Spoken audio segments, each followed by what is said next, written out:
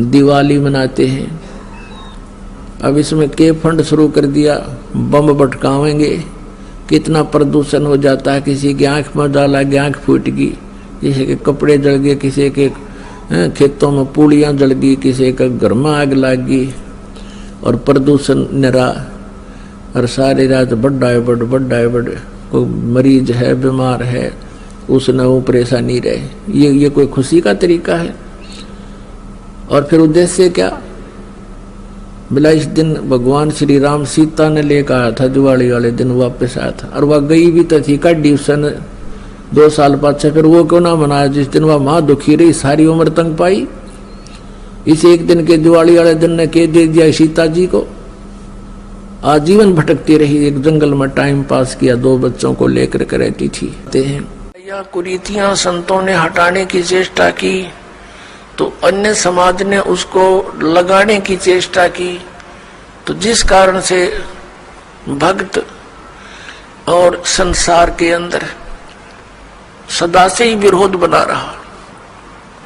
क्योंकि संसार की जो रीतियां रिवाज हैं वो काल प्रेरित है, वो यही रहने की है, और संतों की मर्यादा इस काल की मर्यादाओं से हटकर है, वो भक्ति बाधक है।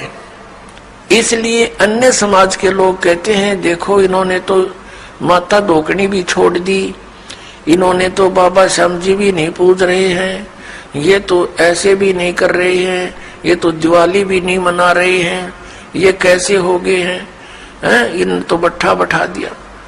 एक भक्त बतावा था, कहने लगा जी आज 10 वर्ष हो गए हमने कोई त्योहार नहीं मना लिया। नाम लिया था उसने उस दिन, फिर वो अपने दुख गिनावा था, कह रहा था जी हमने 10 वर्ष हो गए हमारा त्योहार नहीं मन लिया, ना होली ना दिवाली ना तीज ना कोई अन्य।